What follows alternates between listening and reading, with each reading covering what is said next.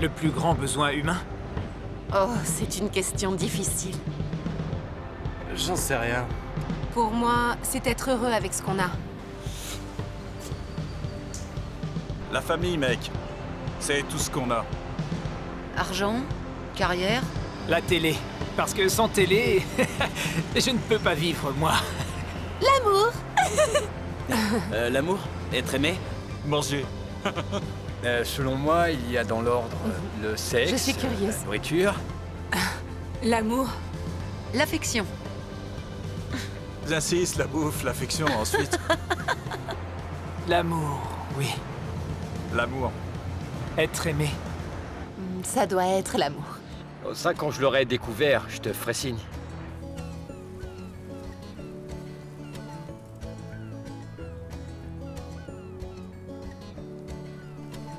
L'amour est ce qu'il y a de mieux dans la vie. La foi chrétienne est imprégnée d'amour. Si vous me demandiez le synonyme de Saint-Esprit, le mot que je choisirais serait amour. L'amour est la raison d'être de notre vie. Ce que fait le Saint-Esprit, ce qu'il apporte dans notre vie, est totalement lié à l'amour. Le Saint-Esprit vit à l'intérieur de chaque chrétien. Paul dit que si quelqu'un n'a pas l'Esprit de Christ, il ne lui appartient pas.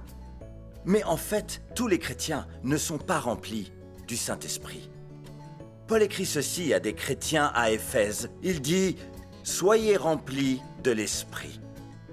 L'original grec est conjugué au présent continu, c'est-à-dire « Soyez remplis encore et encore et encore et sans arrêt ». Il est donc possible d'être chrétien sans être rempli du Saint-Esprit. J'utilise parfois cette analogie. Nous avons une chaudière à gaz avec une veilleuse qui est toujours allumée. Mais quand la chaleur augmente, la chaudière fait... Certains chrétiens sont un peu comme des veilleuses et d'autres sont des chrétiens. En fait, on remarque vite la différence. Donc, à quoi ressemble l'expérience du Saint-Esprit ? Tout ce que le Saint-Esprit touche, il le transforme. Donc, il est normal que l'expérience du Saint-Esprit va susciter des réactions, et aussi au niveau de nos affections, de nos émotions et de notre façon de nous exprimer. Saint Paul a dit dans son épître aux Éphésiens, ne vous enivrez pas d'alcool, de vin, mais soyez remplis de l'Esprit. Donc, d'une certaine façon, les effets de la venue du Saint-Esprit ressemblent à de l'ivresse. Mais dans ce cas, il s'agit d'un genre très spécial d'ivresse, qui rend les gens stables au lieu de les faire tituber. Il est normal qu'à notre premier contact avec le Saint-Esprit, nous ayons la réaction de vouloir rire, ou pleurer, ou sauter de joie, ou parler en langue. Les gens réagissent différemment lorsqu'on leur propose d'être remplis du Saint-Esprit. Dans le livre des Actes, qu'on peut appeler l'histoire de l'Église, volume 1, nous voyons 5 différentes occasions dans lesquelles les gens sont remplis du Saint-Esprit. 5 catégories distinctes de gens. Peut-être trouverez-vous la vôtre parmi elles. Il y avait ceux qui désiraient être remplis du Saint-Esprit. Vous avez peut-être vu ou entendu parler de gens remplis du Saint-Esprit. Et vous désirez aujourd'hui être remplis de l'Esprit et ressentir l'amour de Dieu, comme les disciples le jour de la Pentecôte. Ils attendaient, priaient et espéraient être remplis. Voilà ce qui est arrivé. Tout à coup, il vint du ciel un bruit comme celui d'un souffle violent qui remplit toute la maison où ils étaient assis. Des langues qui semblaient de feu et qui se séparaient les unes des autres leur apparurent. Elles se posèrent sur chacun d'eux. Ils furent tous remplis d'Esprit Saint et se mirent à parler en d'autres langues selon que l'Esprit leur donnait de s'exprimer. Si vous désirez être remplis de l'Esprit Saint, vous le serez. Il y en avait d'autres qui étaient réceptifs. Vous pensez peut-être, je ne peux pas dire que j'espère l'être, mais je suis ouvert. Je suis réceptif. Dans Actes chapitre 8, on trouve un groupe de Samaritains. Quand les apôtres qui étaient à Jérusalem apprirent que les habitants de la Samarie avaient reçu la parole de Dieu, ils leur envoyèrent Pierre et Jean. Ceux-ci, descendus chez eux, prièrent pour eux afin qu'ils reçoivent l'Esprit Saint. Car il n'était encore descendu sur aucun d'eux. Ils avaient seulement été baptisés au nom du Seigneur Jésus. Alors Pierre et Jean leur imposèrent les mains et ils reçurent l'Esprit Saint. Si vous êtes ouverts, vous pouvez recevoir le Saint-Esprit maintenant. D'autres personnes étaient hostiles à l'idée même du Saint-Esprit. Vous aussi, vous pourriez dire « Je n'aime pas ça. Qu'est-ce que je fais ici? Je ne suis pas du tout d'accord avec ça. » Personne n'a jamais été plus hostile que l'homme qui par la suite est devenu l'apôtre Paul.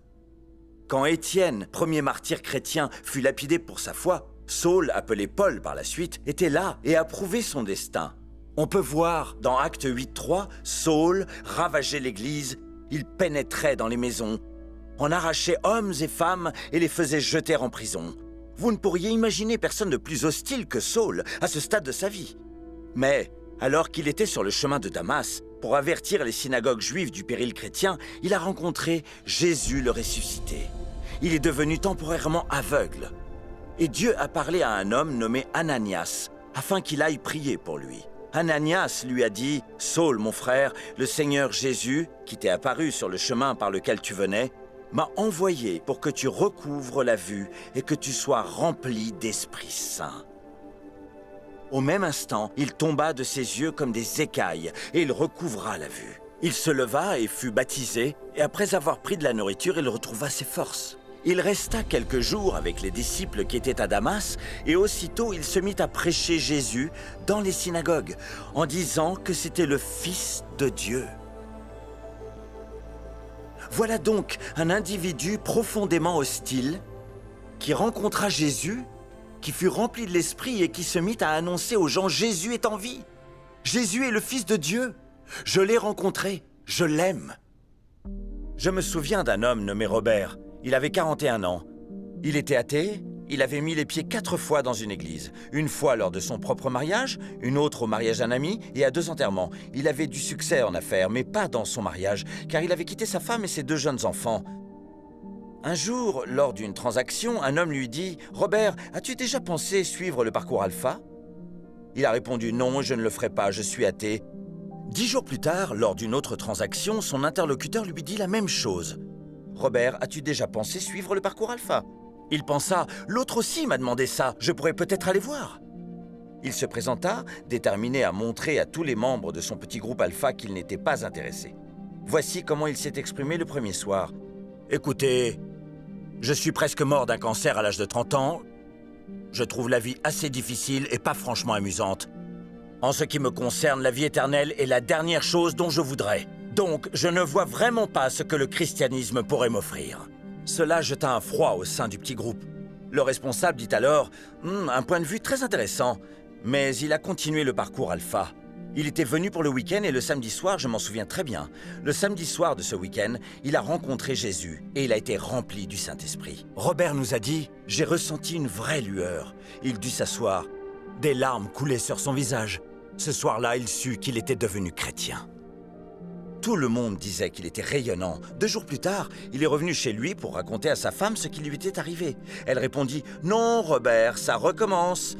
D'abord la plongée sous-marine, ensuite le tennis, puis la voile et maintenant encore autre chose. Ça passera. » Il répondit alors qu'il était déterminé à lui démontrer que cette fois c'était différent. Elle dit « D'accord, Robert, si cela t'a tellement transformé, pourquoi ne reviens-tu pas vivre avec nous ?» Il l'a fait. 10 jours plus tard, il rejoignit sa famille. Ses enfants trouvèrent ça, pour le dire avec leurs propres mots, tout à fait fantastique. La vie de Robert s'était métamorphosée. D'abord opposé au message chrétien comme l'apôtre Paul, il était devenu l'homme apportant le témoignage de Jésus parce qu'il avait été rempli du Saint-Esprit. Le 4e groupe est mal informé. Vous pourriez dire « J'ai été baptisé quand j'étais bébé, j'ai été confirmé. » Vous êtes peut-être allé à l'église, et même assez souvent, mais vous dites « Moi, je n'ai jamais entendu toutes ces choses sur le Saint-Esprit auparavant. » Il est écrit dans Actes 19, versets 1 à 6, pendant qu'Apollos était à Corinthe, Paul, après avoir traversé les hauteurs du territoire, se rendit à Éphèse. Il rencontra quelques disciples et leur dit « Avez-vous reçu l'Esprit Saint quand vous avez cru ?» Ils lui répondirent « Non. Nous n'avons même pas entendu dire qu'il y avait un Esprit Saint. » Il dit « Quel baptême avez-vous donc reçu ?» Ils répondirent « Le baptême de Jean. » Alors Paul dit « Jean a baptisé du baptême de repentance. Il disait au peuple de croire en celui qui venait après lui, c'est-à-dire en Jésus. Sur ces paroles, ils furent baptisés au nom du Seigneur Jésus. Paul leur imposa les mains et le Saint-Esprit vint sur eux. Ils se mirent à parler en langue et à prophétiser. Le 5e groupe est celui des improbables. Vous pourriez dire « Je ne crois pas que ces choses puissent m'arriver. Moi, je suis attiré par la spiritualité, mais pas par la religion. » Dans le Nouveau Testament, le monde était divisé en 2 groupes, les religieux, c'est-à-dire les juifs, et les non-religieux, c'est-à-dire les païens. À cette époque, tous les premiers chrétiens étaient juifs. La plupart des gens croyaient qu'il est impossible de devenir chrétien avant de devenir préalablement un juif. Personne n'avait entendu dire qu'un païen pouvait être rempli de l'esprit. Mais un païen nommé Corneille reçut très clairement en vision un message de Dieu. Et en même temps, un juif, l'apôtre Pierre, reçut aussi un message très clair de la part de Dieu. En conséquence, il alla prêcher la bonne nouvelle de Jésus dans la maison de Corneille. Et au milieu de son très long sermon, Pierre fut stoppé net. Voici comment la Bible relate ces événements dans Actes 10, 44-47. Comme Pierre prononçait encore ces mots, le Saint-Esprit descendit sur tous ceux qui écoutaient la parole. Tous les croyants circoncis, c'est-à-dire les croyants juifs, qui étaient venus avec Pierre, furent étonnés de ce que le don du Saint-Esprit soit aussi répandu sur les païens, c'est-à-dire sur les non-juifs, car ils les entendaient parler en langue et exalter Dieu. Alors Pierre reprit, « Peut-on refuser l'eau du baptême à ceux qui ont reçu le Saint-Esprit aussi bien que nous ?» Donc, je dis que nous ne devrions pas craindre le Saint-Esprit. Je dois moi-même confesser que la première fois où j'ai vécu ce type de présence de l'Esprit, j'étais pris d'un irrépressible désir de rire. Mais je sentais que c'était un genre très spécial d'hilarité. Je me sentais comme secoué par le Saint-Esprit. Donc, si des gens qui s'approchent du Saint-Esprit pour la première fois se sentent secoués, je leur dirais de ne pas résister à cette émotion, parce que le Saint-Esprit est un esprit de joie, de liberté. Là où est l'esprit, là est la liberté, selon saint Paul. L'apôtre Paul décrit l'expérience de la venue du Saint-Esprit de la manière suivante. C'est l'amour de Dieu, l'amour qui vient de Dieu, pour vous et pour moi, qui est répandu dans nos cœurs par le Saint-Esprit qui nous a été donné. Nous ne connaissons pas exactement les faits, mais des manifestations physiques sont apparues parce que Pierre dit « Ils ont reçu le Saint-Esprit tout comme nous ». On peut donc présumer que ces phénomènes ressemblaient beaucoup à ceux du jour de la Pentecôte. Il y eut des langues, de la flamme et le vent du Saint-Esprit. Mais quels sont tous ces symboles? La flamme, c'est la puissance, la passion, la pureté. Il arrive parfois que les gens remplis du Saint-Esprit ressentent quelque chose comme un feu en eux, mais pas au sens propre. Par exemple, j'ai senti une chaleur dans mes mains ou dans mes bras, mais je savais que la température de la pièce n'y était pour rien.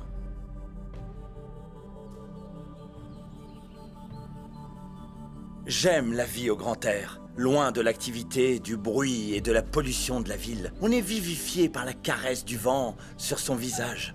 On se sent tellement vivant. Le mot hébreu « ruah » se traduit par vent, mais il peut aussi vouloir dire respiration ou esprit. Et quand l'esprit de Dieu vient sur quelqu'un, c'est comme si le souffle de Dieu entrait en lui. Et parfois, des manifestations physiques peuvent aussi apparaître, comme des paupières tremblantes et une respiration très profonde, ou même l'impression d'être emporté par le vent. Tout ça n'arrivera pas forcément, mais je me dois de le mentionner. Si vous deviez vivre une telle expérience sans savoir de quoi il s'agit, c'est parfaitement normal, parce que c'est la simple manifestation physique d'un sentiment profond venant de votre cœur. Ce ne sont pas ces manifestations qui sont importantes, peu importe que vous ressentiez ces manifestations physiques ou non. L'important, c'est ce qui arrive dans votre cœur, l'expérience de l'amour du Seigneur pour vous, qui se répand à l'intérieur de votre cœur. La croix nous aide à comprendre l'amour de Dieu. Jésus est mort pour vous. Voilà comment savoir que Dieu vous aime. Nous ressentons tous le besoin, le désir profond d'être aimé, d'être cajolé et désiré. On peut tout posséder dans le monde, ou rien du tout. Mais nous avons tous besoin de faire l'expérience de l'amour. C'est par le Saint-Esprit que nous pouvons ressentir l'amour de Dieu pour nous. Cette expérience nous libère et nous permet d'exprimer notre amour pour Dieu dans la louange. Il est écrit dans Acte 10, verset 46, « Car il l'entendait parler en langue et exalter Dieu. » La louange spontanée est le langage de ceux qui sont passionnés par leur relation avec Dieu. Saint Augustin a dit, « Seigneur, penser à toi émeut une personne si profondément qu'elle ne peut être comblée qu'en te louant. Parce que tu nous as créés pour toi, et nos cœurs ne peuvent trouver la paix qu'en reposant en toi. » La louange est essentielle pour exprimer notre amour pour Dieu. Il est étonnant de voir que les gens à travers le monde louent de façons multiples et variées. La louange, semble-t-il, réunit des voix différentes en une seule et même symphonie. Le fait de louer ensemble fait tomber les obstacles lorsque nous nous réunissons pour exprimer à Dieu notre reconnaissance et notre passion. La louange implique tout notre être, pas seulement notre pensée, mais notre cœur, notre volonté, nos émotions. J'ai eu le privilège de voyager autour du monde pour conduire la louange dans différentes cultures, contextes et pays, et je ne pense pas qu'il y ait un seul style d'expression de louange qui soit supérieur à un autre. L'essentiel, c'est que les gens adorent et louent Dieu d'une manière qui soit sincère et honnête. Jésus n'avait pas peur d'être honnête ou émotif. Il pleurait en public. Il ne craignait pas d'être exubérant dans la louange.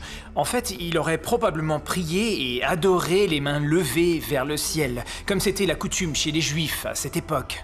En effet, les pierres tombales de l'Église primitive les représentent avec les mains levées vers le ciel, afin de louer. L'expérience de l'amour de Dieu par la puissance du Saint-Esprit nous permet d'exprimer notre amour et notre gratitude par la prière. Dans Acte 10, 46, il est dit qu'ils entendaient parler en langue et exalter Dieu. Et c'est en étant remplis par le Saint-Esprit que nous répondons par la louange, comme si l'intérieur débordait à l'extérieur. C'est pourquoi la louange est si puissante et qu'elle constitue un si grand don. Parfois, les mots ne suffisent pas à exprimer nos sentiments. Avez-vous déjà essayé d'exprimer votre gratitude et découvert que les mots vous manquaient afin d'exprimer votre reconnaissance? Acte 10, 46 enseigne « Car ils les entendaient parler en langue, comme s'ils avaient reçu un nouveau langage d'amour. » Ils pouvaient exprimer leur gratitude envers Dieu d'une manière qui n'était pas limitée par le langage. On le voit dans Actes chapitre 2 au jour de la Pentecôte et dans Acte 19. Mais il est important de souligner que tous les chrétiens ne parlent pas en langue. Ce n'est pas la marque de fabrique d'un chrétien. Ce n'est pas la preuve qu'on est rempli de l'esprit. On peut être rempli de l'esprit sans parler en langue. Il n'y a pas de chrétiens de première classe qui parlent en langue et d'autres de deuxième classe qui ne le font pas. D'ailleurs, ce n'est pas le charisme le plus important. Nous en parlons à Alpha, car très souvent c'est l'un des premiers dons surnaturels, l'un des plus évidents que les gens reçoivent. Le passage le plus souvent lu lors des mariages est la première lettre aux Corinthiens, chapitre 13, sur l'amour. Je ne sais pas si les gens font bien attention au premier verset. « Quand je parlerai les langues des hommes ou des anges, si je n'ai pas l'amour, je suis du bronze qui résonne ou une cymbale qui retentit. » Paul parle de deux types de langues. D'abord l'humaine, en langue dans un langage humain, et puis une autre langue angélique. Mais sans l'amour, cela ne portera aucun fruit. Nous étions un week-end, Alpha, il y a maintenant plusieurs années. Et à la fin des activités, nous avions la possibilité de prier pour chacun. Et une personne nommée Jennifer Burney pria pour une jeune femme qui s'appelait Anna. Alors que Jenny priait, elle ne trouva plus de mots en français, donc elle se mit à parler en langue pour elle. Et à ce moment-là, Anna ouvrit soudainement les yeux, elle sourit, se mit à rire en disant « Tu me parles en russe ?» Anna s'exprimait couramment en russe et elle aimait beaucoup cette langue. Mais Jenny ne le parlait pas, donc elle se demanda « Mais qu'est-ce que je dis ?» Et Anna lui répondit « Tu viens de me dire « Mon cher enfant, mon cher enfant. » Et en fait, c'est tout ce qu'Anna avait besoin d'entendre. Elle ne ressentait pas l'amour de Dieu.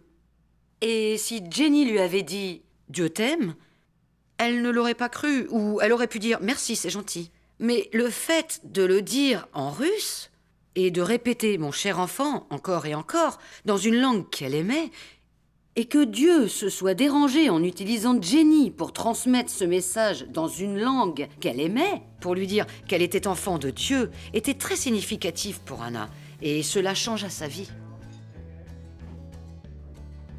Parfois, nous entendons parler des langues humaines par des personnes recevant la capacité surnaturelle de s'exprimer dans une langue reconnaissable.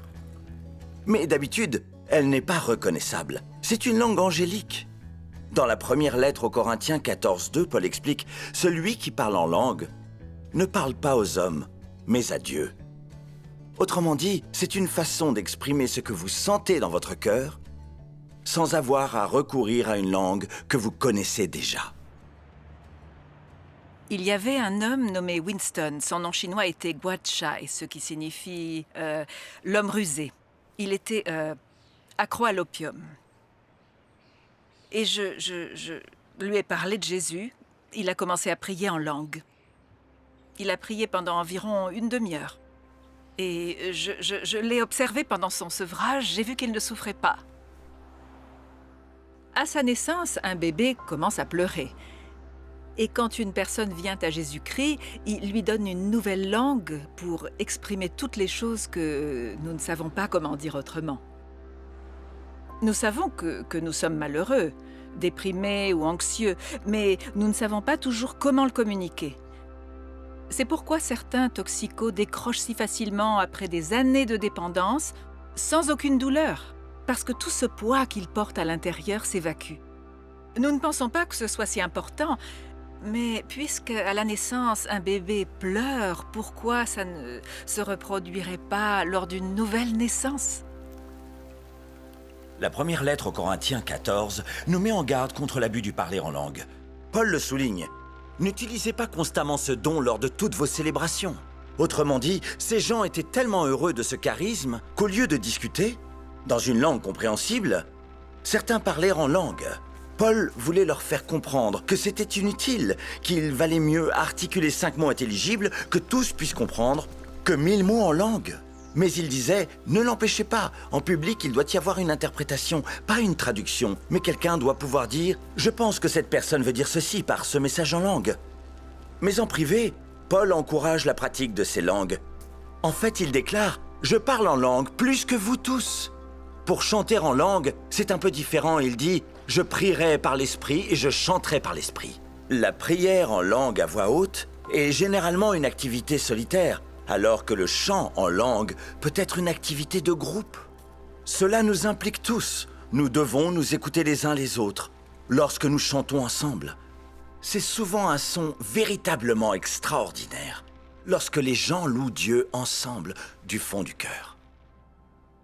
J'aime et je participe avec énormément de plaisir et de joie quand on chante en langue.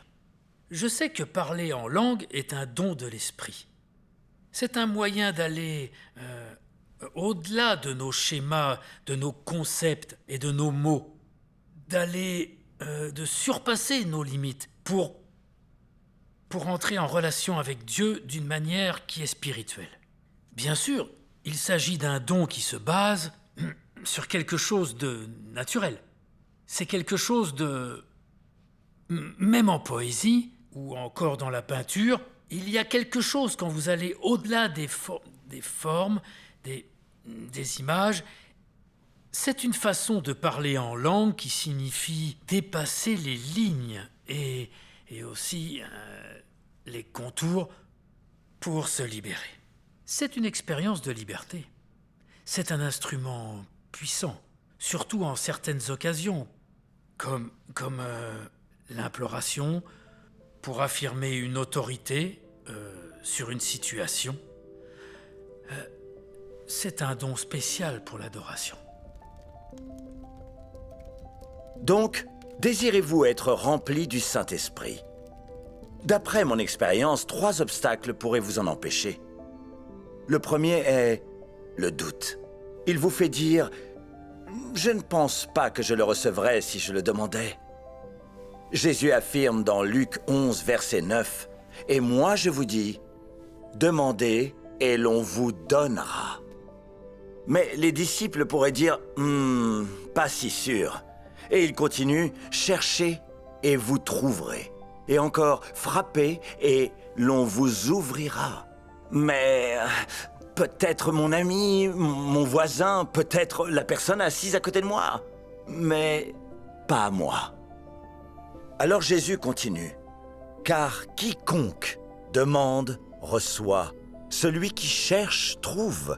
Et à celui qui frappe, on ouvrira. Et les disciples disent, très bien, très bien.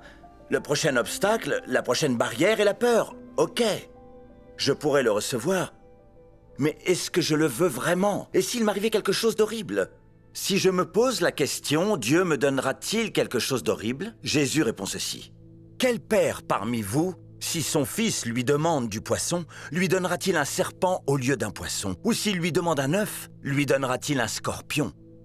Si donc, vous qui êtes mauvais, il doit les trouver mauvais, vous savez donner de bonnes choses à vos enfants, à combien plus forte raison le Père Céleste donnera-t-il l'Esprit Saint à ceux qui le lui demandent?